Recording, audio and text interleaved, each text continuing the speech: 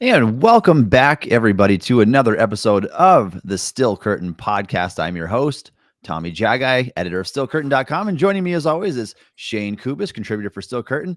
We are starting the thick of Steelers training camp. The pads came on just yesterday as of this recording. And there's a lot of things to note in the early going here. Some really good and some, unfortunately, pretty terrible. So let's Shayne, let's kick things off with the most disheartening news of the week, and that is Cory Trice Jr., Steelers 7th-round draft choice, rookie cornerback. He went down on the practice field with an apparent knee injury to his right knee. This is a guy who's had a lot of medical history in terms of knee issues, ankle issues, missed most of his college career at Purdue because of injuries, didn't play a full season until his redshirt year in 2021, 2022. In prior to that, he played just 2 games and then he tore his ACL. So he was out the previous season. And so I feel so much for this guy. We don't have confirmation at this point, but the prognosis rather doesn't look good so far. He was hanging his head as he was pulled off on the cart to get examined. And so we'll get a further update on that. But it does, Shayne, look like Cory Trice Jr.'s rookie season could be finished before it even started. Yeah, and this was always the risk with him, and that's why he was drafted as late as he was. We kind of knew that on draft day once it came out about the fact that he did have so many injuries in college. We kind of knew that going into the process. His film spoke Mm-hmm. as more of a mid-round player, but this is what happens. I mean, you take chances on guys. This is a 7th-round pick, so it's not like it's the end of the world if the Steelers don't get anything out of him or anything like that. But you want a guy like this that has the talent to be a possible starter one day, have the opportunity to start his career fast. And I think with this cornerback Mm-hmm. room, although there are some guys that are veterans, and you have Joey Porter Jr. also as a rookie, there was playing time to be had, especially down the stretch of the season if he played well. So you hope that it's something that he can return from this year and still get something out of him this year. But this is a guy who knows what it's like to hurt his knee, unfortunately. And by his reaction, I think he probably has something going on that might, even if it doesn't end his season, it's going to definitely delay his season.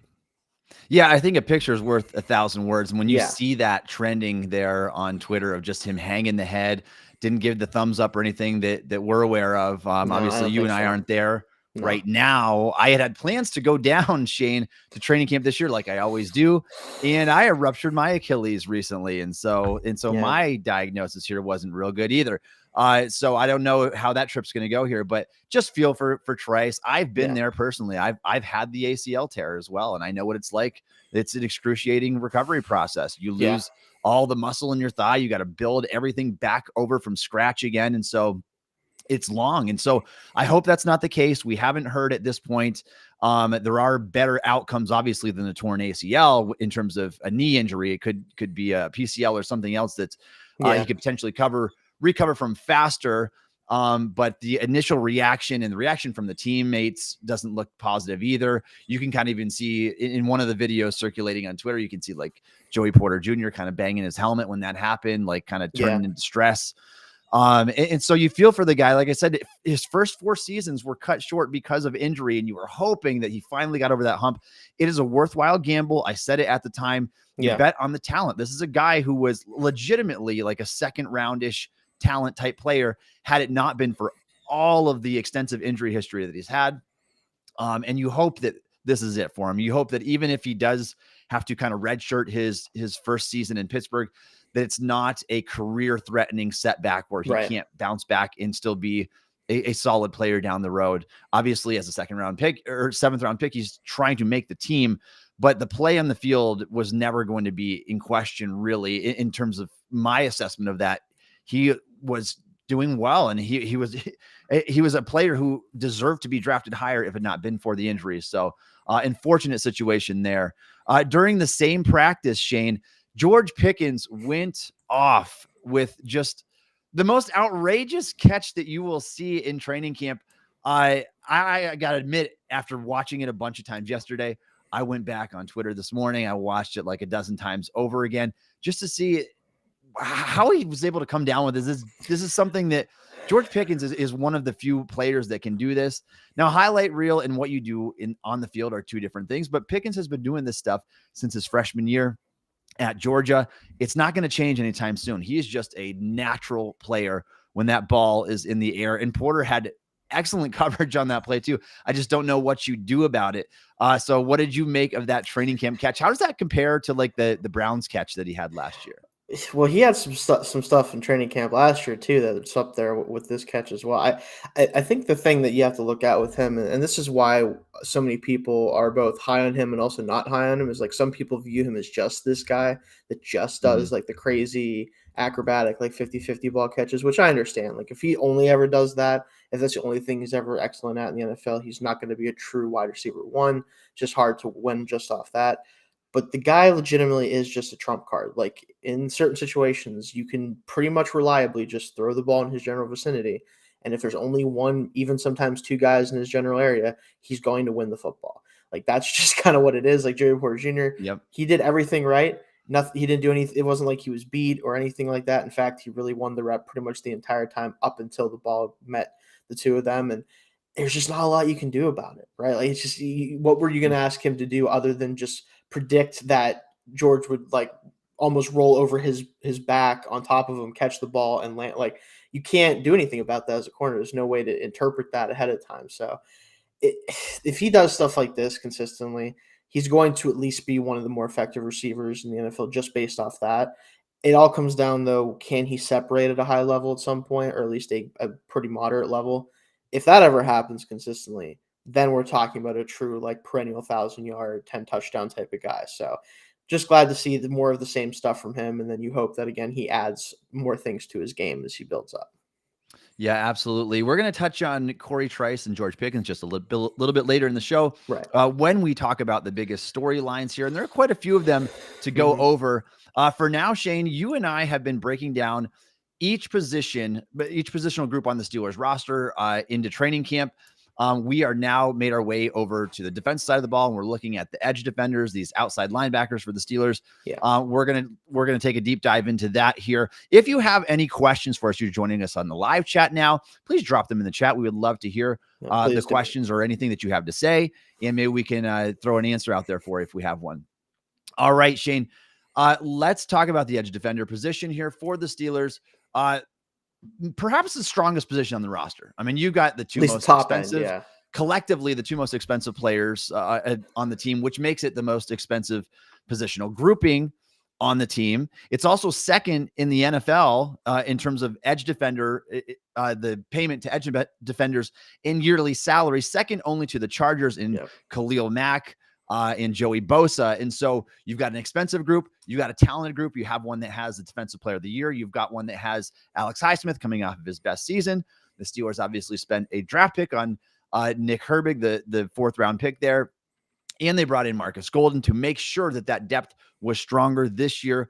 What do you make of the position as a whole? So let's start off with the question of who is making the cut here, Shayne. Historically, the Steelers have only kept 4 edge defenders on the roster. 4 outside linebackers is the terminology that they use. I try to typically use the more modern day NFL Yeah, terminology of edge defender. edge. It Yeah. really fits what they do more. They're not, it's not like the early 2000s where they're dropping back 30-40% of the time. So these guys are they're pass rushers, and typically the Steelers play some variation of their nickel defense that has 4 down linemen, and those guys, whether they're hand in the dirt or standing up, Highsmith and Watt, those guys on the edge, they typically are part of that.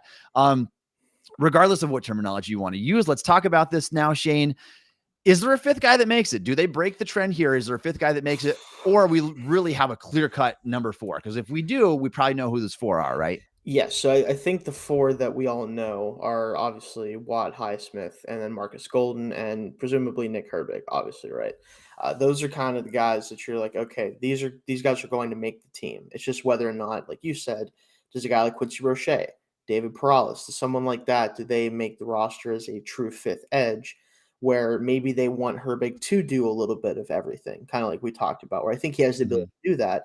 But he's been, and we'll talk more about him in a little bit, but he's been phenomenal so far in camp, right? Like he as an edge rusher, like that's what he's been mostly doing. So if they feel confident as him being the backup edge outside of Marcus Golden, maybe they don't feel the need to keep a Quincy Roche or again Perales or whoever it may be. because they can rely on him to come in on third downs or whenever they need him to give these guys a break. I still prefer to have 5 pass rushers, like true like edge rushers on a Mhm. roster, just because of the fact that not only has Watt had injuries and everything else, but it just gives you more guys you can throw at the offense, right? So I would prefer if Roche especially makes the roster, just because we have seen him play well in camp before with us, and he wasn't bad with the Giants last year. But if it is going to be 4, it's going to be the 4 I mentioned first. Like that's who it's going to be. Mhm. Yeah, you can never have too many good pass rushers. And I feel Right. like if you look at the plan of attack of what some of the other top teams around the league do, I mean, there are teams that deploy at least 2, sometimes 3 full rotations Yeah. of these guys. Look what Exactly. Dallas does, who led the NFL in pressure rate last year. And so I feel like the Steelers probably should be trying to mimic that style a little bit more. So take some weight and pressure off of Watt and Highsmith, make sure these guys are healthy and ready to Yeah. go by the end of the season. And obviously, we've seen Watt not be fully healthy for a season since Yeah. 2020. And so we need that to change again. That's the guy that they're relying on there. That's the guy that you're building your defense around. So I do think it's going to end up being 4, though, Shayne, like it typically is. Yeah. I You just would don't see the assume. guy that is that exception this year. And we'll see what these guys do in preseason. David Perales and Quincy Roche, who has now been around the league a couple of years. And the Steelers have already had him on the roster once before he went to the Giants. I don't know if these guys are going to be enough for them, though, to break this trend of Right. just keeping those 4 outside linebackers, especially, Shayne, when you consider that DeMarvin Leal is still taking some snaps on the That's edge the there. wild card there too. If they feel And comfortable with so, him coming in and playing edge sometimes, it does change the mhm. numbers entirely. It does. Yeah, and if they kind of view him as that guy that can be that 5th, that tweener type body, Mhm. then I certainly don't see them keeping an extra. I think it's going to be 4. The 4 are pretty easy to determine at this point. Watt and Highsmith are your starters, with Marcus Golden as the veteran backup, and Nick Herbig as the guy who will probably end up seeing the field in some capacity this year. Will also probably be asked to play special teams as well. And we're going to talk about Herbig a little bit later on when these storylines, but the guy's been impressive so far. So I think that the first 4 guys pretty cut and dry there. I think they do only keep 4 like they typically do. How is this workload going to be divided, Shayne, this year? We know when it comes to these front 7 players, the Steelers like to pour it on in terms of like snap counts for their starters. Whereas other teams, they'll do more of a true rotation on the defensive line and with their pass rushers. Steelers aren't that way so much. And so how do you see the workload being divvied out this year between those 4 guys? So I expect both Watt and Highsmith, assuming they're healthy, to play at least 75% of the snaps, right? And with Mhm. Watt probably even higher. Highsmith is the one who maybe, because as good as he's been, he's not TJ Watt. That maybe they're more willing to take him off the field occasionally to keep him fresh, especially because of how he wins, especially. But it's still probably going to be 75% plus when they're healthy. So games that they play the full game. I could see if Golden, because he's a veteran, someone they can trust, who's been a good pass rusher, I could see him maybe eating into some of Watt's snaps a little bit just to give, like you said, Watt a break. But I Mhm. think if they're both healthy and they're playing well and they're not gassed or anything, those guys are going to play a lot of the snaps. And then it's just going to be, do they take both of them off the field occasionally to give them a break, maybe on first and second down in certain situations? Do they, try to keep one of them on the field at all times and flip flop, which is probably the more likely option. And then in that case, it's just how much does Golden play versus Herbig. I think Herbig could easily kind of get ahead of him by the end of the year. He's younger and more talented at this point. But early on, I do expect Golden to be the first guy off the bench and then Herbig to fill in where he needs to. Yep, I agree with that too. And it'll be interesting to see actually who gets more snaps between Highsmith and Watt by the end of the year, Shane. Right. Like Highsmith is a couple of years younger. He's been incredibly healthy Yes. throughout his career. So I'd he's like it to been be very fortunate Highsmith, that. but we'll see. Yeah, and I almost would prefer it that way, Shane, just if not for anything else, to keep TJ Watt fresh and to make sure that, Right.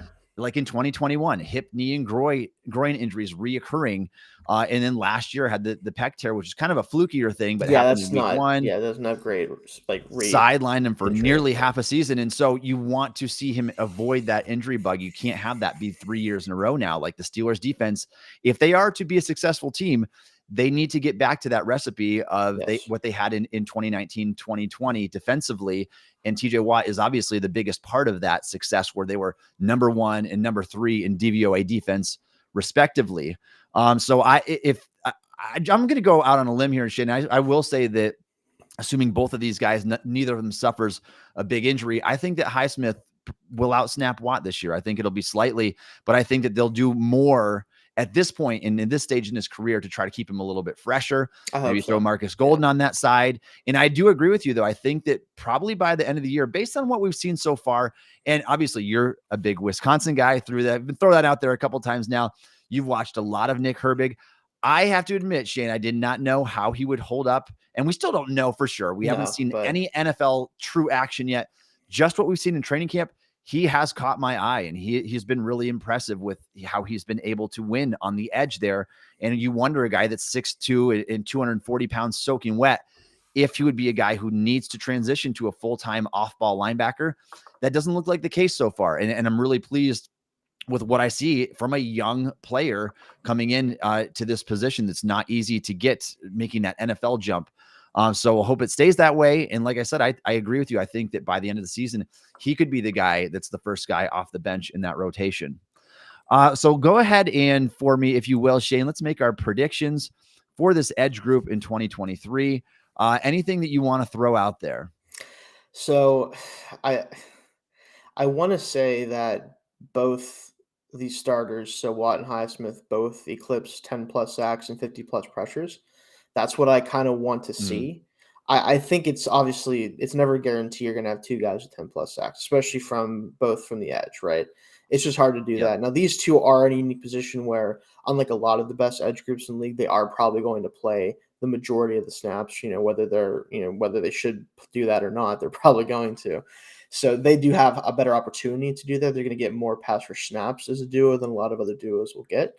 So I don't think it's that much of a stretch to say that, especially after the season Highsmith had last year. But it's just, if they don't, it doesn't mean that they didn't play well, obviously. But I think it'd be very cool to see, another duo of 10 plus sacks on the edge of the Steelers. So that's my number one thing I'm hoping for and expecting.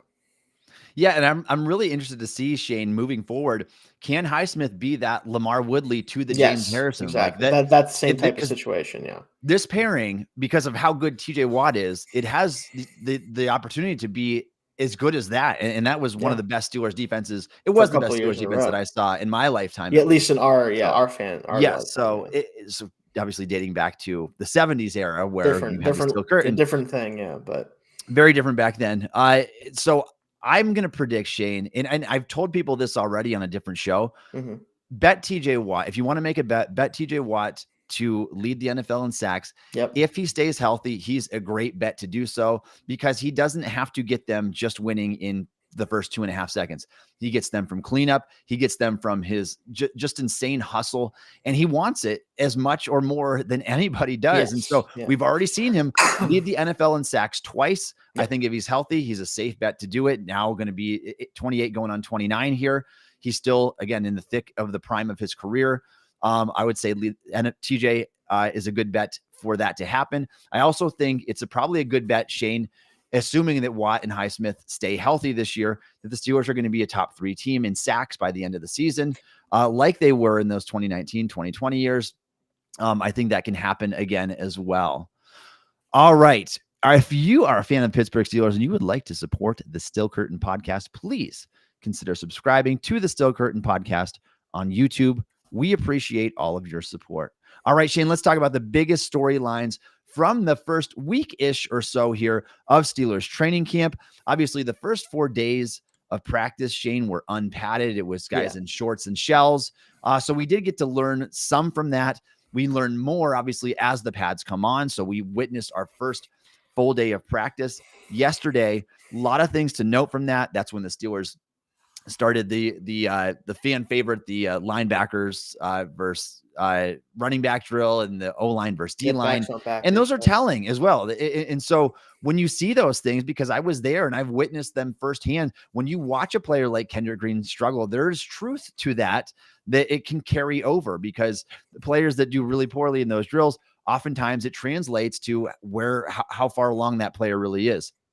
So let's start at the top of the list here, Shane.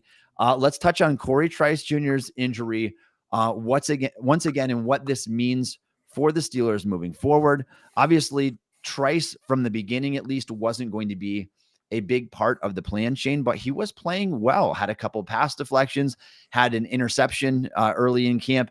And so this was a guy who had just the physical makeup and the genetic makeup to be that guy that who could potentially be a starter across from Joey Porter a year or two from now. This is a setback, obviously, in his career. And again, we don't have all the details right now. But what do you think, knowing that he went down with this, probably what's going to be a significant injury? What do you think his career path is going to look like moving forward? How does that affect the Steelers? So I think in the short term for him, obviously it means a lot because losing out on your rookie season, we've seen plenty of guys do that and come back and still have good careers. But for a guy who's a seventh round pick, who was a seventh round pick because of injury concerns, it just adds more doubt, right? Especially to the team, to him, to the NFL in general about him. Like it just adds more of that doubt that was clearly there during the draft process, right? So you never want to see that in general, guys getting hurt, or especially guys with injury histories continuing to get hurt. So in the short term, it affects him there. For the Steelers, I don't think it changes a whole lot in the short term, like you were saying. I will say it just makes a not very deep corner room that much less deep Yes. and less talented, which for us, especially, we look at the secondary and we say, okay, there's guys who are capable starters, but is there anyone there, especially with Patrick Peterson being older, is there anyone in the secondary that's not playing safety and also not currently practicing right now for personal reasons? Is there anybody who really moves the needle that much, right? Right now, you kind of have to say no. You hope Peterson can kind of stay on that old man, wily veteran track for a little bit longer like Joe Hayden did for us. But outside of him, there's just not a lot of certainty there outside of certain mediocrity with a guy like Levi Wallace and James Pierre. You hope Joey Porter Jr. is obviously going to kind of break that mold, but as a rookie, it's going to be hard to ask him to do that. It just kind of adds one more question mark to like I said, already questionable cornerback group. Yeah, for the temporary, Shayne, it does make what looked like at the time like solid cornerback depth a little bit scary, and all of a sudden like that, because again, we didn't know how Trice was going to perform throughout training camp in the preseason. Right.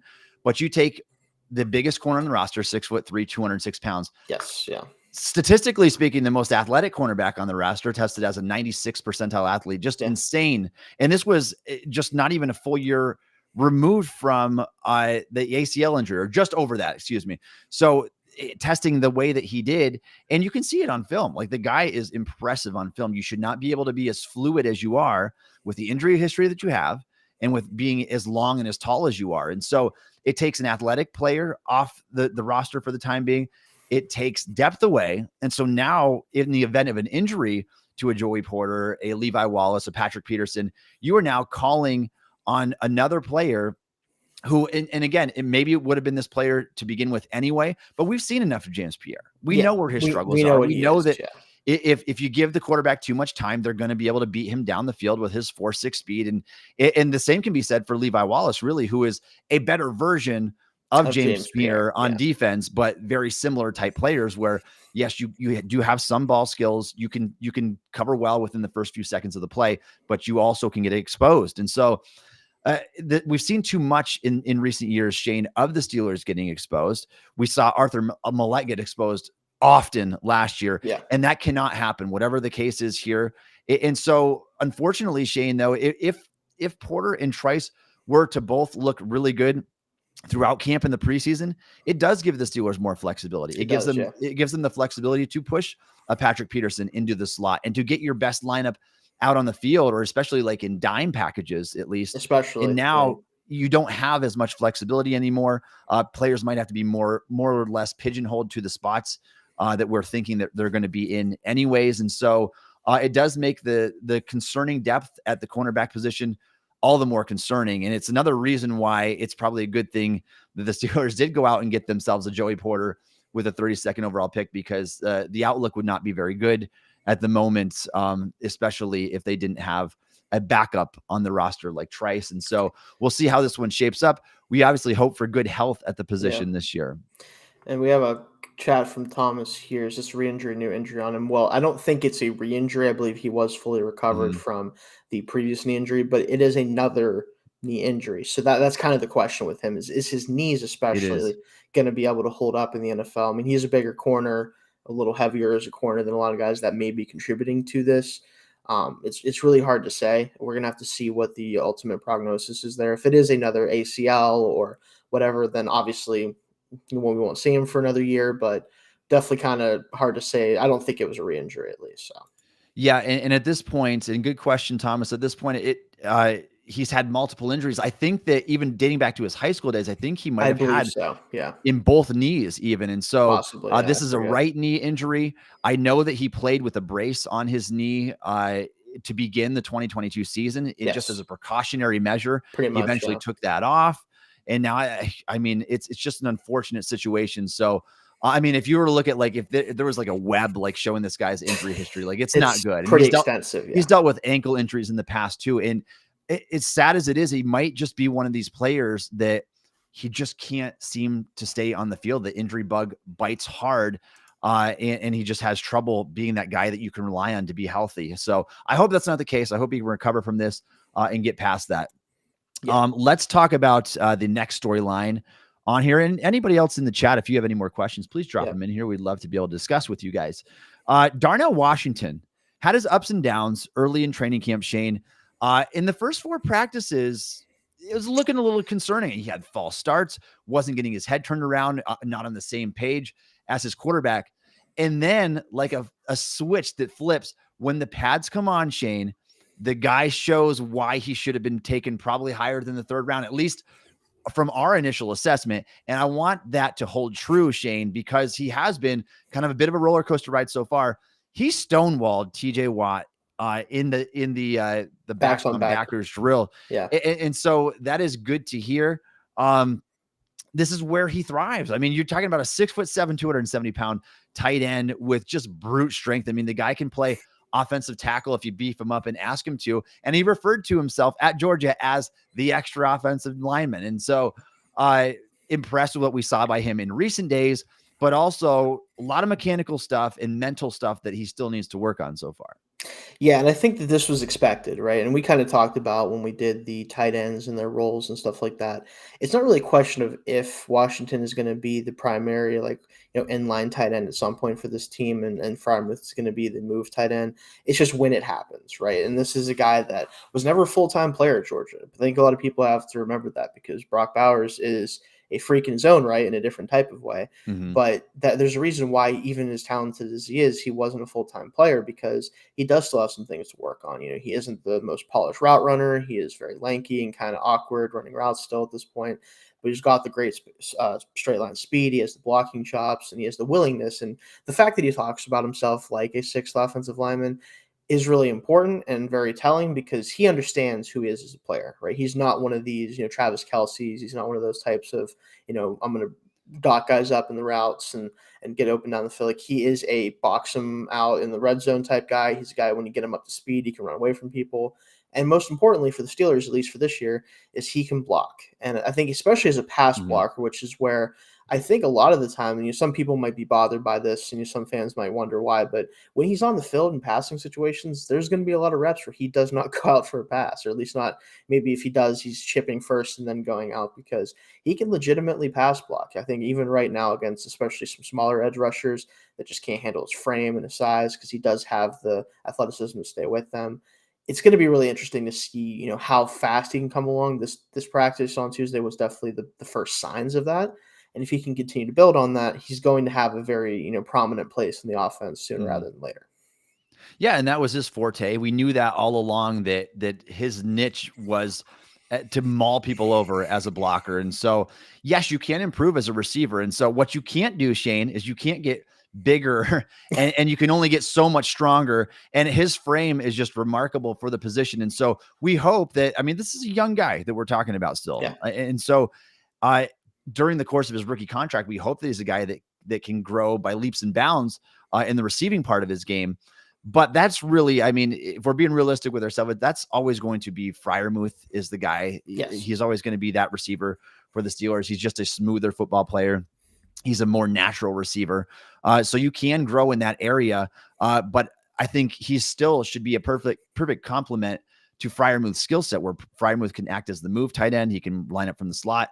You can have Washington as the big inline wide tight end. And for that reason, Shayne, and for his ability to block, he's going to see snaps from day one. Yes, I don't have I think so. any doubt about that at all. And just based on, and it's super, super early, one padded practice, he looked like the better blocker from what I saw than Zach Gentry. And so if you're wondering where that competition is, keep an eye on that throughout, because it is going to matter in terms of who ends up getting those early season reps. But based on the trajectory and based on just the one day in practice we've already seen from Washington, just how he was able to lock down a player in one-on-one drills like TJ Watt, just something that people don't do. He's got the quickness and the length and the strength to do that. And so he can win those matchups. He can stonewall edge defenders. He's good enough to do that, where most tight ends, you're lucky if they just get a solid chip on them. So very different in that regard. The potential to be one of the better blocking tight ends in the league. So keep your eye on his development as we move forward. And hopefully, Shayne, it's not so much of a roller coaster in the near future, but just trending up that hill. Offensive tackle struggles, Shayne. This is something that's a little bit concerning. I can't lie. Now, obviously, when you're looking at like the most uneven matchups in training camps, you're looking at that one of the highest paid edge groups in the league against a relatively poor offensive tackle group, at least as of 2022. We'll see how that progresses with Broderick Jones. Obviously, you hope it gets a lot better, but we expect TJ Watt and Alex Highsmith to win these matchups. We would at least, though, I think, Shayne, expect Dan Moore and Okorafor to win every once in a while. And in these first practices, they're rarely winning. And so that's a little bit concerning to me that they're barely getting hands on these guys. I've watched whatever is available to me, at least on that's floating out there on Twitter. And I've seen Okorafor and more particularly, both just get toasted off the snap for what would be sacks, but they allow the play to play through, obviously. Are you concerned about the tackle play so far for the Steelers? So I think we are going to be a little concerned no matter what. So I don't know how much this changes the outlook for this season in particular. I mean, you obviously, like you said, you don't want to see these guys, as talented as their edge group is, you don't want to see them just get whooped every snap, right? You don't want to see that. As a Steelers fan, you know that you don't want to see, whenever we start playing the Browns, especially with them adding Zadarius Smith and having, like, we don't want to see those two guys or anyone else, beating tackles that quickly. And I think it will get better, but I think the problem ultimately is these are just really bad matchups for the starting tackles. Like Broderick Jones obviously is going to get more and more reps, but he's really the only one with that true like athletic profile that could kind of deal with the type of edge rushers that we're starting right now. And he's just not always seeing those reps because he's still not a starter right now. Now this might be pushing him farther up the depth chart as we go along or closer to that number one spot. But ultimately, although I'm a little bit concerned, I already was. I don't know if this necessarily changes that, if that makes sense.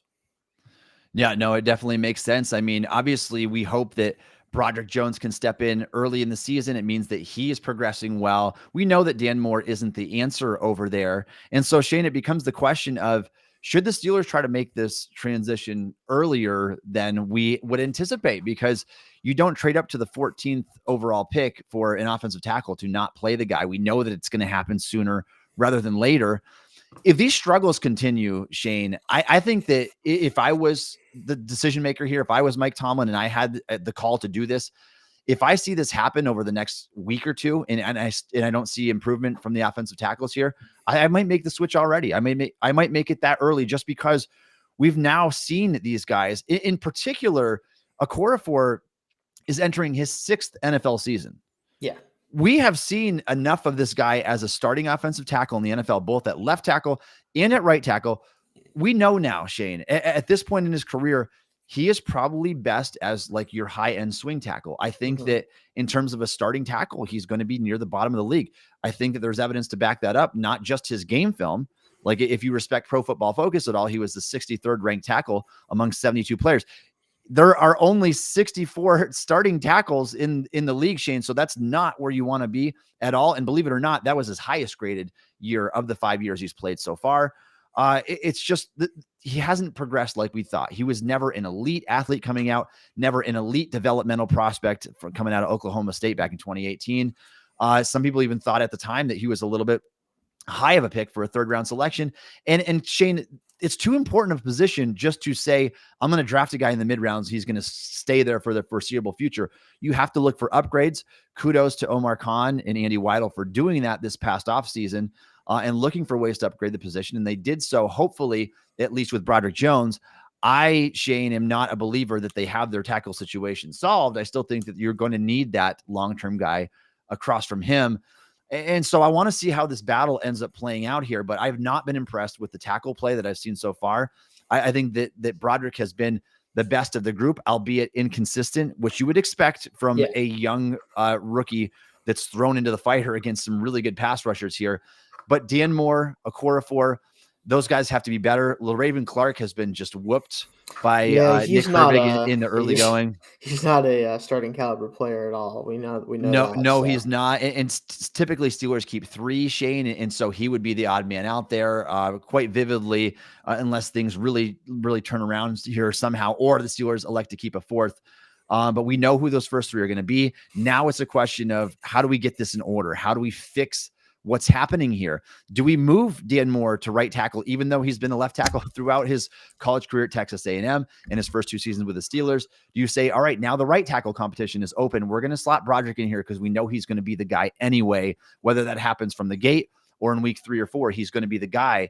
I would rather get the jump on that personally, Shayne, and say, let's just start this competition at right tackle now. Let's make it a competition over there. Yeah, and we've even seen Moore play some right tackle snaps so far in camp. Like it's already happening. Yes. And I think so that's worth noting for sure. It's very purposeful. It's not just because they want to keep Moore out there for reps and let Broderick. Like it's because they want to know, okay, Dan, can you play right tackle if you have to? And I think ultimately Moore is still a guy that I think is also kind of that swing tackle type, but you at least have some more potential with him than Okorafor. So if we're going to see a starting duo this year, especially the end of the year, I'd want it to be him on the right and Broderick on the left, but it's just really going to come down to whether he can play right tackle, because not everybody can make that switch. I mean, even people were kind of questioning the Lions when they drafted Sewell and then put him at right tackle because he was left tackle for Oregon. And now, granted, he's made it work and he's one of the best right tackles in the NFL right now, at least in my opinion. But not everybody can do that, and obviously a big difference between those two talent-wise. So it's just going to come down to, if he can play right tackle at a high enough level to beat out Okorafor, but we know who the left tackle is going to be eventually regardless.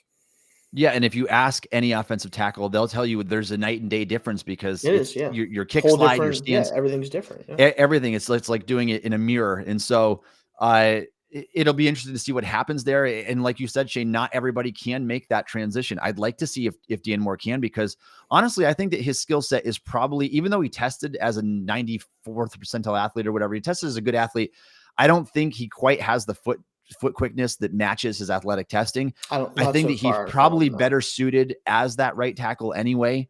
And maybe both of them are, and maybe in the grand scheme of things, Shayne, both of them are swing tackles. And we just have to accept that more likely these are swing tackles that were thrust into starting roles that maybe don't have business being here. And so I don't want to degrade them that way. They're both still NFL players, but the long-term option may not be on the team. If it is on the team, Shayne, beyond just this season or 2, then I'd have to assume that guy would be Moore, because he's the guy that's a bit younger. He's on his rookie deal. He's only played 2 seasons and has two starting years under his belt, whereas Okorafor is going to his 6th season. When you're 6 years through your NFL career, we know who you are at this point. You're not going to, you rarely are you going to fool anybody into thinking that you're something different all of a sudden. And so how fans should be rooting, maybe root for Dan Moore to earn that job and win out. And that's probably a good sign overall for the direction of the team. But ultimately, Shayne, it's just, again, it's one of those positions. I would not be shocked if I saw the Steelers go out and draft a first-round tackle in the draft in back-to-back years, because they could use that other guy. I mean, they're going to have needs elsewhere, but they could use that guy. So we have a couple comments here. Go ahead. Here. So one about if it wants to pop up here. Here we go. I think Khan will address those positions in the next draft. Did everything could this year. Dan shut down Miles this year. So yeah, Dan, he got help, but again, he wasn't that bad last year. It was more so that it was clearly left tackle as a whole. And I'm glad that we addressed left tackle primarily first. I wouldn't be surprised if we do go for someone to play right tackle in the first couple rounds next year, if Moore or Okorafor both struggle at right tackle. it's just going to be one, like, strength of the draft, obviously, Mhm. where we pick, what's available in free agency, because he's shown already kind of willingness to attack offensive line in free agency with, Ciamalo and guys like that, Mason Cole, James Daniels. So it's definitely possible that we have a whole new starting offensive tackle group outside of maybe Jones when he gets in there next year. It's just going to come down to what's available, honestly, I think. But I wouldn't be surprised. Yeah. And then I don't think this is the case, but do you guys think Spencer can take Chuke's spot? He's more of I view him as an interior offensive lineman if he's going to make the team, Spencer Anderson. So I'm assuming that Chuke's spot is definitely Mhm. secure. It's just, is he going to be the starter the whole season, or do we see, like we talked about, more moving over to right tackle if he loses the left tackle spot? So Yeah, let me address that first one, yeah, Thomas, and good comments here because and you got to look at Dan Moore for what he is. As a fourth round pick, he's already exceeded expectations. He's been yes, he's a already terrific, provided value. Yeah, yes, for his draft status. Now, however, what I would say about this though is this position is just too important to the success of your offense to just settle there. Like if you're not seeing the progress in year 3 from Dan Moore that you need to see, then yes, he could be a great swing tackle. He could be the Steelers version basically of like Chris Hubbard, like they used to have, and maybe he can go yes, on and earn a good contract elsewhere. But if you need to have your tackles solidified, like I think it's really important for today's offense. So you need to see by year 3, is he that guy or is he not? A core 4, I don't believe that he is, because I've no, seen him enough to know that you are a quality swing tackle would probably be your best role in the NFL. But I don't think that you're there. In terms of when you talk about Spencer Anderson, I agree with Shayne. I do think that he projects best as an interior, even though the Steelers have played him at right tackle early in training camp. He just does not have the length at all. And when you're at a severe length disadvantage in terms of your arm length wingspan, you're going to get guys into your chest all the time. You're going to have, you need brute strength in order to overcome that. It's a concern that I had about a lot of these tackles coming into the draft with shorter arms. I do think he projects best. Honestly, his best projection from just a size and length standpoint is at center. But yeah, that's the one position the Steelers really haven't seemed to try him out at so far. We'll see. I do think that overall he's a guy that's on the outside of the roster bubble looking in at the moment. All right, let's move Shayne from the offensive line to Calvin Austin here. Made some big plays down the field. And so if you're just catching the highlights, you'll probably be impressed with what you saw from him so far. However, if you do a little digging, and again, there's a lot of sources out there, you can get your content yeah, from wherever. I know Alex Kozora does a really good can't break play-by-play down. Yeah, cut up of that. Nick Farnbaugh does one as well. And so go check those things out. I would love to be there at camp every day. That's not in the cards for me this year, unfortunately. So what we know from Calvin Austin so far is that it's been a lot of lows for him, and then with occasional few big plays mixed in, which you want to see the big plays. You expect that from the guy that runs 4-3-2. He is coming back from an injury, so you got to show the guy some grace here. What concerns me the most, Shayne, about the inconsistencies is I think a lot of it, unfortunately, is due to his tiny frame. You're talking about a guy that is 5'7 3/4, 170 pounds, soaking wet. When that ball is not put right on him and he's asked to reach back behind him or to fight through traffic to go get that ball, that's when we know, from what we've seen from camp so far in these first 5 practices here, those are the plays that he's failing to come up with. And it's something that it makes you wonder, how much does the frame have to do with it here? And is it something that he's going to be capable of doing with a very tiny frame in the NFL? yeah. I think the questions about him from the get go were very fair. It's just whether or not he can be a full time player or not, right? And that's really the question with guys like this. It's not so much whether they can play or whether they can have an impact or whether they can create big plays occasionally. It's, can he line up in the slot or wherever it ends up being, is a Z or slot, and actually consistently make plays. And so Mm-hmm. far, he hasn't given you an indication he can do that, at least not at the NFL level, both in training camp and just missing his rookie season. It did show it in college, but again, college is a different ballgame. It's the same reason why some people were a little bit surprised that Tank Dell went as early as he did to the Texans this year in Yeah. the draft, although he showed a lot more of the ability to do that type of stuff than Austin has so far. So it's just, again, if he's used correctly, I think he is going to be a big play threat in this offense. It's just, can he usurp a guy like Allen Robinson at some point as like the third receiver? This year, probably not. Maybe not ever. It's just, Mm-hmm. again, can a guy like Canada, who for all his faults, he does have some creativity sprinkled in somewhere, and sometimes with the jet sweep game and other things. Can he find a way to unlock the big play Mhm. potential with him and allow him to not have to worry as much about the questions about the frame and everything else? Yeah, and I'd like to say, Shayne, that the size doesn't matter at the wide receiver position, but once you get to like a certain point, and like there's that cutoff line where it's like your frame is so small that it's going to be hard to put the ball on you. And I know everybody likes to say, "Oh, Tyreek Hill is sub 5'10" or 5'10." whatever, 5'9", It's yeah. you can't use him as the outlier as the example because he's Yeah. just such a rare exception in how he wins with it, and just kills He people has the ball with his skills speed. too, and, like, Calvin, we Oh don't yeah, know if he yeah, does. I mean, like, because like you said, yes. there's been guys that are 5'9", 5'10". You look at Steve Mhm. Smith Senior, one of the best Yep, receivers in yep. NFL history, realistically, if we wanna look at the numbers. He's 5'9". He was one of the best contested guys in the league because he Just just so wanted it. physically Yeah, dominant he too, wanted though. it more, and he had the Yeah, physical, yeah, and Austin's just not that type of receiver, so it's if you don't ask him to do those yeah. things, you're not gonna see the deficiencies, but again, Mhm. it does limit his opportunities in the passing game because if it is tight coverage, can Kenny is, even though he's very accurate last year, can he fit the ball into the space that only he can get it? It's just not very Mhm. the margin for error is very small. Let me put it that way with him. That's the best way to put it, Shane. And Yeah. even if he is a finesse player, like you can go look at his Yes. Memphis tape. Yes. I think that he can be that solid route runner guy, and if he can show that he can separate consistently, Yeah, that's he'll be how he's going fine. to have to win. It's not Yeah, going he'll to be be fine. in the contested traffic situations. He's very the anti Pickens that way. So Yeah, those two are about as I different as they can be. Yeah. So, and again, it's early in training camp. 1 day with the pads on so far, 4 days with them off.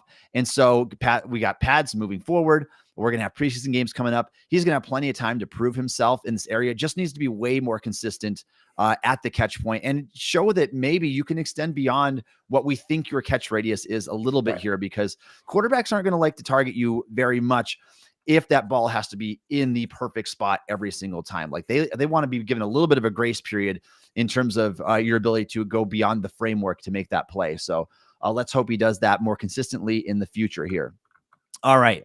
Nick Herbig, your guy, Shayne, is off to an impressive start. And even today, when the pads were put on in the backs on backers, he had some nice wins from what we gathered. And or specifically early in these team sessions, 11 on 11s, just dusting LaRaven Clark, who's a longtime NFL veteran with 36-inch arms. And he's proving right there. And again, that's not the standard that we're going to be measured by, because you're going to be going against a lot better offensive tackles in game situations.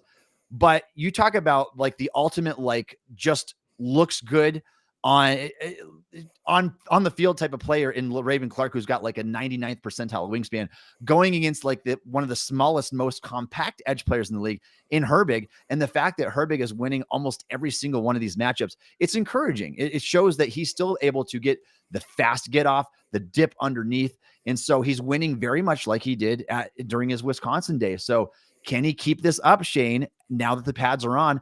And as we move forward, does he have enough moves in his arsenal? Can he counter back inside? Can he do a bull rush? I mean, at that size, it's worth questioning it with 31-inch arms and 240 pounds. Are you going to have an effective bull rush? Or are you just going to be a speed rusher at that position? So real quick before I jump into Nick's performance here, just Yeah, wanted to go say, ahead. Thomas, thanks. First time listening. I like your guys' insight. Hope your regular show. We are a regular show. So if Thanks you a come lot. back Yes. every Every week, Wednesday. we've had a couple off weeks just because of things, but for the most part, every Wednesday. And thank you so much for joining us today for sure. So Appreciate thank it. you for all the chats. But as far as Nick goes, yeah. So this is what I was expecting, right? This is what I was hoping to see at least. So the thing with Mhm. Nick and any smaller edge rusher, right, is there's positive and negative to being a smaller edge rusher. The negative is obvious, Mhm. where typically those guys, outside of a few examples, are not going to be the longest players. They're not going to be the biggest players, right? It's shorter, usually not very heavy. They're going to have that going against them in certain situations. But the positive, it's hard to get your hand on those guys, right? It's hard to keep your hands on those guys because typically they're explosive, they're quick off the ball, they have that dip move like you talked about because they can get lower than a lot of tackles are capable of getting. So there's take and give and take with that. So with Nick, I think he's always done a really good job of understanding who he is as a player, right? He's not going to try to long arm you. He's not going to try to Mhm. do the stuff that guys his size just don't do, unless obviously given the opportunity. If they let their chest open or whatever. He can still get inside and do that, but his ability to just get off the edge, dip, rip, use his speed is good enough by itself to be something that a third or fourth edge can win with. Mm-hmm. And then, like you talked about, if he can get some of, and I have seen him do it before, but it's not consistent.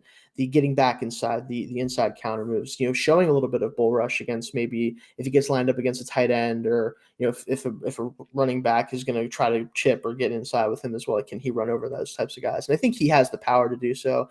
He's not obviously the most powerful guy because of his frame, but he is still pretty stocky with a 6'2" frame. Like, he's not the lightest player in the world or anything like that. I think he can, and a much less. I don't think he's this type of player as good as Hassan Reddick, but for the same reasons Reddick can win for the Eagles, have the season he had, a lot of the same reasons that was successful, I think Herbig can emulate, just at a lesser level. Yeah, absolutely. And Shayne, so far, I think this is one of the most encouraging takeaways at Steelers camp. I really believe that, because I was concerned that we were going to get into the first week or two of training. He just wasn't going to be able to. This guy is just getting stonewalled by bigger, much longer offensive tackles. What you can't change, he'll never get longer than the 31.25-inch arms that he has right now. But I'm super encouraged by what he's done, because it very much looks like how he was winning during his Wisconsin days. And Shayne, if you just go off of his production, it's first round production. If you go off of his tape, I think it's second round tape. The guy falls to the fourth round. And I think it has a chance, like I said at the time, to be a steal for Pittsburgh, because if he can play, and even as a third edge, if you can get your third edge in the fourth round, he can come in and be a situational pass rusher at a high level. That can be a very valuable trait. Yeah. And so I think that what we've seen from him so far is encouraging. I want to continue to see that progression, and he is going to have to win in those ways. You are going to have to win with a great get off, which he has, and very good dip around the edge, an arsenal of pass rush moves. I like his hand usage. And so there are a lot of things to be excited about, even though he does have the short arms. And so I don't know if he's going to ever get much bigger. Shayne, 6'2". I mean, what's the biggest you're going to get with the compact shoulders and frame that you have? Maybe he gets up to like 245, 248, like 2 or 3 years into his career. I don't see him getting much bigger than that. But like you said, that's not how he's going to win anyway. He's going to be more like the Hassan Reddick style of player, if you will. And I think that can get the job done. We've seen how effective a Micah Parsons can be, albeit an elite athlete, a guy that can run like sub 4.4. So this is too high a praise, obviously. So don't think that I'm don't read into it too much. Yeah. No. Don't read into it too much. I'm just throwing out some really high end comps that have similar body types out there. Parsons' arms came in at, I think, like 31.75 inches. So he doesn't have great arm length either, but his burst is so good. And Parsons is a way more powerful player. So very different. He's got much more natural power. Yeah. But I am encouraged with what I see from Herbig, because I was such a big fan of the guy in college, and had his arms come in at 33 inches, Shayne, we could be looking at a guy that went 2 rounds higher. That makes that big of a difference to these teams. They set these thresholds, and they need to see that. And when they don't see that, they mark them off their board. And so let's hope that their trash is the Steelers' treasure here. Let's move on, Shayne, to Joey Porter Jr. Let's talk about his performance so far at Steelers camp. I know that he got mossed by Pickens on that play. I know that he's given up a couple big receptions, but the coverage has been sticky. Like, from what I've seen, like, it's not just like these blown coverages or biting too hard on double fakes. Like, he every bit looks like that sticky press man, long physical corner that you saw when the Steelers drafted him out of Penn State here. So what do you make of it so far? I think the thing that's shown up the most is you can just see his length, right? It shows up in pass deflections and his ability to contest catches. And I think the thing that is going to continue to get better with him as he gets more experience is just his ability to use that length more and more effectively, because there's going to be some balls that most corners just physically cannot reach or get to whenever they are a step or two behind the receiver, that if he learns how to time it up right and gets his ball skills a little bit, up to par, he's going to have a lot of pass deflections. And it goes back to, I feel like he's going to be that, I don't like to always just compare to former Steelers, but that Ike Taylor type of player, right? Where maybe he doesn't get, 2, 3, 4 interceptions every year, but he's going to break up a lot of passes. He's going to be in the way of receivers a lot. And he has, again, that length and enough speed where it's just hard to really get away from him. You talked about sticky coverage. When a guy's that long and that athletic still, it's just really hard to run away from those guys, right? Because he's always right there. It feels like I really feel like if I were Mhm. to just be around him, I feel like he could poke me from anywhere I was standing. It really feels like that when you look at him, and it's funny because guys like that tend to, especially in a scheme like this where you're running a lot of press man, they tend to be at least like there's a floor involved with them where like okay they might maybe they never reach that top 5, top 10 status as a corner, but they're always a starting caliber player, always an impactful player. And I think that's what you're going to get from Joey sooner rather than later. Mhm. Yeah, and you mentioned like the Ike Taylor comp. That's not just like it's not just No, like one of it's those. very Oh, this is just a stylistically, yeah, it's stylistically very, it very is, much yeah. so. And it's so easy to see because of their size and length and his deep speed down the field. They're not the most hip fluid players in Not the world, necessarily, no. but Yeah. they win with their length. And again, neither one of them have great ball skills. At least we didn't see that from Porter. It is Yeah. encouraging though, Shane, Porter's to see got that Porter better has chance of it, yeah. and he had a pick already in Yes, camp. he And did, so yeah. just one day with the pads on, he's got the pick. And so that's good to note, important to note. And hopefully we see him have much more success than what Ike did in that phase of his game, where I Yeah. think Ike, if I recall off the top of my head, 14 picks in 12 seasons. I That's not a believe good so, yeah. ratio. I believe that's the So case, yeah. you definitely want to see some bigger years in terms of the takeaway production from Porter, and hopefully we will. But I'm impressed with what I've seen so far. I mean, the coverage is sticky. Yes, is some of what he does going to get flagged into the game? It will, just because Probably, he is going to yeah. play so physical. But when you do it play after play, kind of like Pete Carroll did in Seattle, it does with his cornerbacks. You're not going to get called for it every time. And I would rather you be overly physical than play too far off where you're just giving up Yes. cushion and play after play. Exactly, And so yeah. definitely encouraged by what he has done in the start of training camp so far. And again, don't fault him for that play where Pickens just Yeah. mostered over the top of We'll him. talk You about him in a couldn't minute, cover yeah. that any better like that. No, yeah, we'll talk about him in a minute anyway, so. Let's talk about DeMarvin Leal. He's another player who is not getting a ton of buzz right now, Shane, but I think it's worth mentioning because you see clips of this guy and you hear about what he's done at camp so far. They're playing him everywhere. I mean, the guy is playing the base end, the 5 technique position. He's kicking inside 3 technique. He's playing edge defender on certain plays. And I saw a really nice rush from him too on the edge. Now the question becomes, Shane, is this the right way to deal with a player like him? I know that the Steelers are kind of trying to figure him out here because when I watched Leal play at Texas A&M, I saw a guy who could be a really good NFL player, but I did question the fit with Pittsburgh. It's not that I didn't want to draft him. I actually went on record on Twitter. I said, this is the guy that I want with this pick because I thought the talent was too good to pass up at the 3rd round there. However, the fit is interesting because I just don't know where you play him. For the Steelers, and particularly, I think being an inside penetrating player on pass rush situations, passing downs, I think that's where he's ultimately going to be best. But if this were like a base 4-3 team, like an early down, like base end, like kind of like the Cameron Jordan type, I feel like is where his body type and play style kind of falls in line. What do you make of Leal based on everything you've seen from him so far? Are the Steelers doing the right thing by just shuffling him all over the D line right now to in an effort to try to figure him out? I think in training camp it's fine because you're just trying to Mm-hmm. figure out what can he do, what can't he do, what is he best at. I still think that his NFL future is that base end 5 tech for us, like if it's going to be with the Steelers. And it's just because Yeah. that's the best combination of his body type, his skill set, the fact that he is a pass rusher first. You know, you can have him be that backup pass rusher as the true 5 tech. But again, they've shown the willingness to play him on the edge. They've shown the willingness to scoot him even farther inside to the 3 tech. I think that edge is the one that I'm just like, I just don't know if outside of like as a edge setting run defender type, just because he is bigger and he's not the best run defender, but at edge, it's kind of Mm-hmm. hard for tackles to deal with him in the run game compared to like even TJ Watt or Alex Highsmith for different reasons. Those, Yeah. although they're good run defenders. Outside of that, I just don't see the value of playing him on the edge. I think he has to be 5 Mm-hmm. or 3, 5 preferably. I assume that by the end of camp, if he does have a role in the rotation, it's going to come as that third 5 tech behind Ogunjobi and Hayward.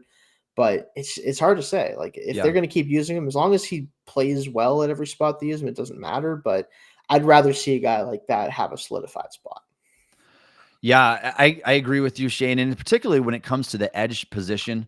Yeah. Like I'm just anymore, and I know that like James Harrison, you're like one of the rarest of exceptions. But if a guy runs a 5.0 or worse I am not playing you on the edge at all. It's You're just tough. not going to be, you're not going to be fast enough. And we've seen guys even similar to that, like the Taco Charltons, the AJ Epeneses. Like these guys just don't get to the quarterback fast enough and consistently enough.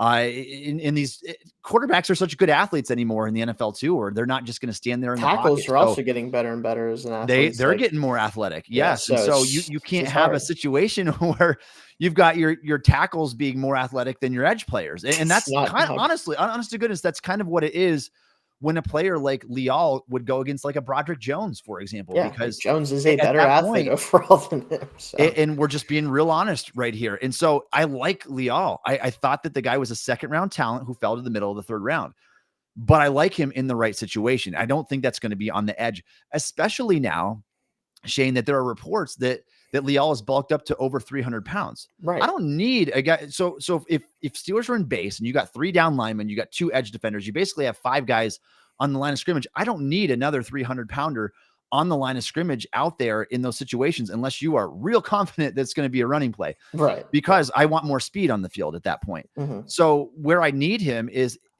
and where he is best, Shayne, even going back to his college tape, quickness off the snap and his ability to dip. The guy can really bend. He's super fluid and bendy for a big guy. Can, yeah. So if the Steelers wanted to go the route where, we're going to have him go from a guy that entered the league at 283, we're going to get him back down to like the 272, 275 range. I can get more behind that. But the fact that he's playing up around 300 pounds, just let's end the edge experiment unless it goes really, really well, like in the first preseason game or something. Yeah. But I think ultimately, Shayne, I agree with you. He's going to be the base end, the 5 technique guy. He does need to get a little bit stronger there. Who has the ability to kick inside to the 3 tech position and rush from the interior on passing downs? I think that's ultimately nickel situations. That's where he's going to be best. The sub package interior pass rusher. All right here. And Shayne, you can keep checking those comments, see if there's anything else, and I'll continue.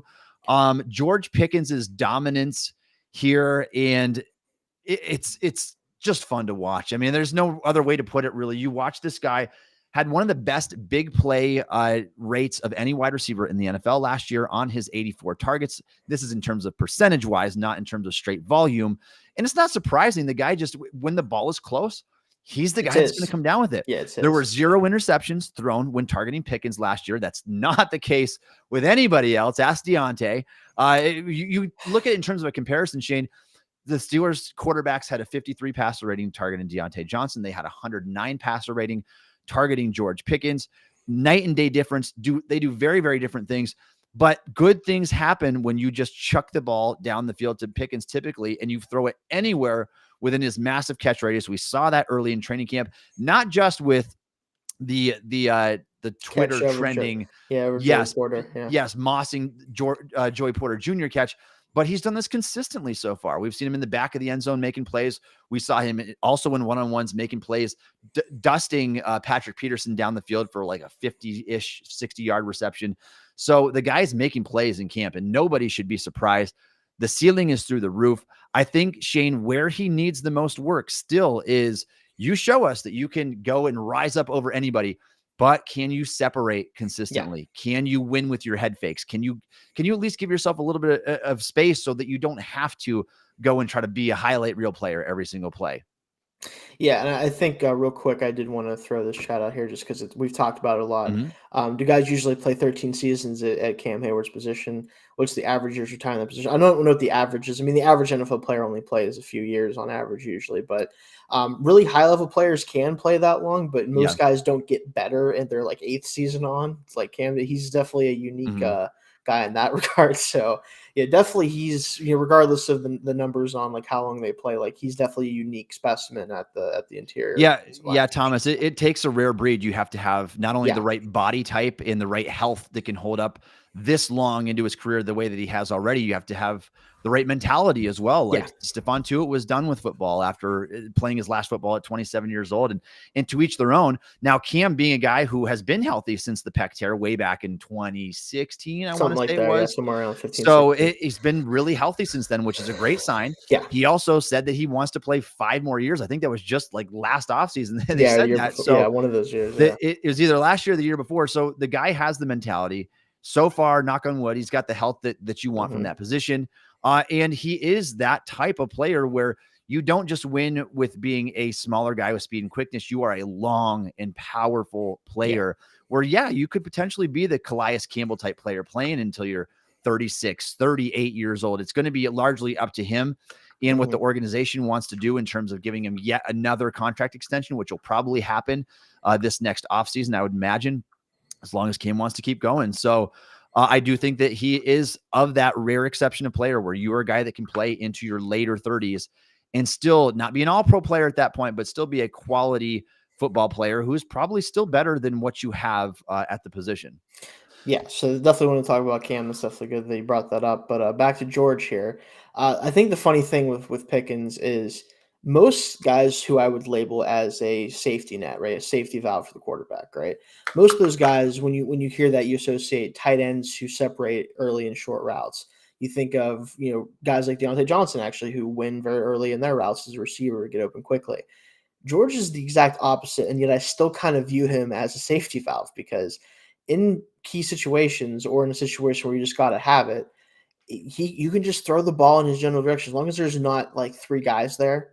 I'm feeling pretty good about it. Like when I see the ball go up in the air and I see 14 as the jersey number, I'm like, all right, I feel pretty good about what's about to happen. Like it doesn't work out obviously all the time. It's not 100% of the time, but it's a lot closer to that than it has any right to be. And I think with George, we've talked about early in the show, and now too, you mentioned it, Tommy, if he can separate at even league average level, right?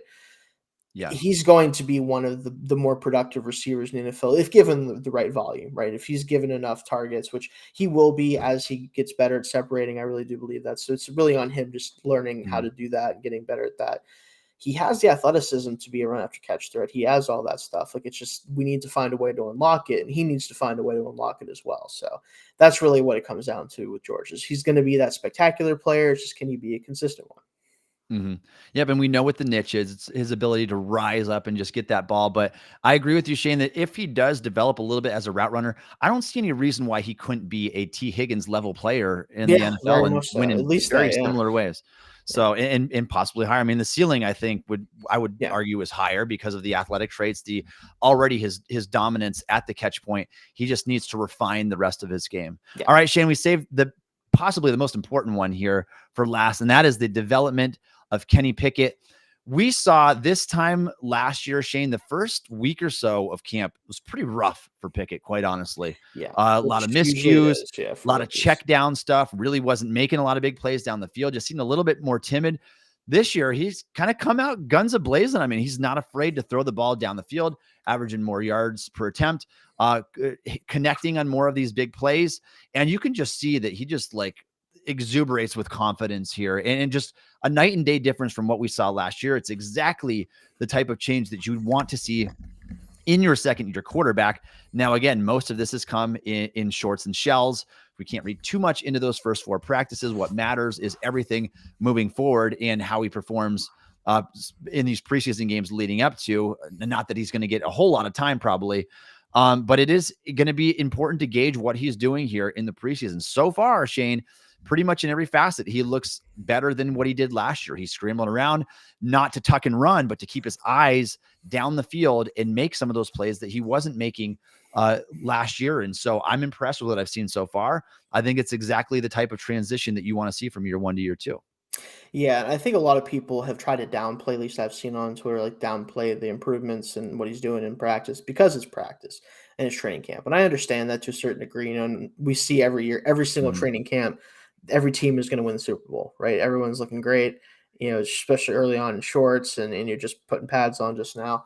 But there's certain things you want to look for in certain players, right? And with Kenny, one of those was the ability to keep his eyes downfield, stay in the pocket more, which he was doing better as well. And people saying, "Oh, Yeah. well, it's in practice. He knows he's not getting." It's like, but it's still a mentality thing. Like as a quarterback, you have that timer in the back of your head. Like you need to improve your pocket presence. It's going to happen, as he gets older as well, and more experience. But seeing that's really good. And you talked about the ability to push the ball down the field. Like we saw it last year in spurts, but he just didn't do it a whole lot. And the offense doesn't really try to. And that's kind of the main problem with it. It's not just that he didn't do it, it's that the offense doesn't seem to want to do it. So you hope that maybe him playing better in camp and playing more aggressively will also bleed into Matt Canada saying, okay, maybe I can dial up a couple more deep shots. Maybe I can try to get the ball down the field more often.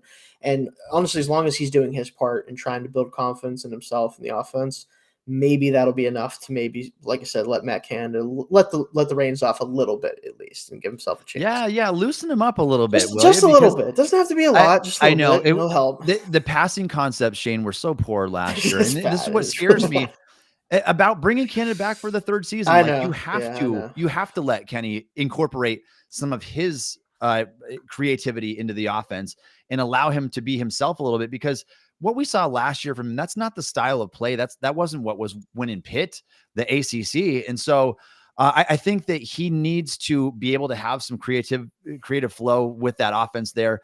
Throw the ball over the middle of the field. Don't be allergic to it this year. And he's overflowing with confidence already. Just be a guy that airs it out a little bit more. We had another comment here from Thomas. What do you think of Canada's scheme in camp, having Kenny doing shotgun in every play? Is Canada's college scheme going to benefit Kenny's play? So the whole problem with it is it used to be where when the first college spread type concept for getting into the NFL, 8, 9, 10 years ago, it was fresh, it was new, it wasn't something defenses were used to, so it was a little bit more effective. So if Matt Canada was an offensive coordinator in the NFL about like that long ago, probably would be having a little bit more success, although he still has the staleness of the offense. He doesn't change things up enough, but it probably would have had a better chance of succeeding. Now, basically, the college spread style is almost pro style at this point, right? And that's what most pro style offenses are. Yeah. So he's not doing anything revolutionary, right? And nothing about this is like, I'm doing something no one else is doing. He's trying to just line up and run his scheme, and that's it. And unfortunately, unless you have supreme offensive talent, which we're not quite at that point, right? It's really hard to build a quality offense with the type of scheme he's running, which is why we just mentioned it has to include giving Kenny more of the reins, allowing him to do more things on his own, because that's where the upside can be with the offense. It's not going to be from guys executing it right, because even if they do, we're maybe asking for like the 18th best offense if everything executes perfectly. Kenny can get us closer to that middle ground if they let him do so. Yeah, and I think that it's one of these situations, Shayne, where I mean, I would be fine seeing this actually play out more, running the ball out of shotgun more than you did. I think the biggest problem with what the Steelers had last year had to do with predictability. Yeah, like you see Miles Boykin on the field, it's not to throw him the ball. Guess what? Gunnar Olszewski, it's not to throw him the ball. And so you could, it was so easy to identify their running packages last year. And if anybody was doing their homework, which I'm assuming they did probably as much as we did, Shayne, maybe more, probably a lot more. It wasn't hard to figure out when the Steelers were planning on running the football last year based on their personnel grouping. That needs to change. You can't be so predictable. Run some RPO. Like I really genuinely think it would benefit Pickett and the offense if you run some RPO, have that slant read over the middle of the field, the deep post. Let him take off with the ball sometimes. Keep the defense on their toes. Do what Dallas does with Dak Prescott on occasion from time to time. Right. You don't have to be a running quarterback, but you have to keep the defense honest. And so I don't think that Canada did a good job of keeping the defense honest last year. And part of it was his fault, obviously, by making it just way too predictable in that sense. Yeah, and Thomas adds again, if the running game is the focus, shouldn't he be under center more? Not necessarily. It's just the fact, again, that there's certain personnel groupings that Canada was in last year where it was pretty much a tell that, like, okay, the run is coming. And I think part of the problem with it this year, and this is what I'm a little bit worried with Darnell Washington, is when he is on the field, is he going to be brought in only to help with the run game? Where I don't think that makes a lot of sense, because as good as he can be a really good run blocker, especially on the move, you can keep him in on, like, you don't have to have him run routes on passing plays, right? You can have him stay in as an extra protector and basically be, like I said, a sixth pass protector. So that shouldn't be a tell, but I'm worried it might be. Like, I would not be that surprised if it was. This is where play action comes in, and the Steelers are the worst in the league at it. So I know, utilize the play action. Utilize the play action. Get your 6'7" tight end who runs 4.6 down the middle of the seam every once in a while. Yes, because again, they're going to tip their hat again, Shayne. If it's like last year, and every time Washington comes on the field, we know the Steelers are running the football. That's going to be a dead giveaway sign to the doesn't defense. matter how good he is at it if they know it's coming. Exactly. Right? So. Play action is your best friend. Play action, use the middle of the field. The Steelers will find more success there. You use the run to set up the pass, not vice versa. And so I think that's very, very important to note. All right, we are going to sign off here. This is one of our longer shows, but Thomas, we appreciate you. We appreciate everybody who joined in today for the show. We are here every Wednesday at 1:30 live. So come join the chat with us. Thank you for joining us today on the show. You can follow Shayne on Twitter at Shayne Kubas. You can follow me on Twitter at Tommy Jaggi. You can download the Still Curtain podcast wherever you get your podcast. Also, check us out on YouTube or ask Alexa to play the Still Curtain podcast. Thanks for listening to the Still Curtain podcast.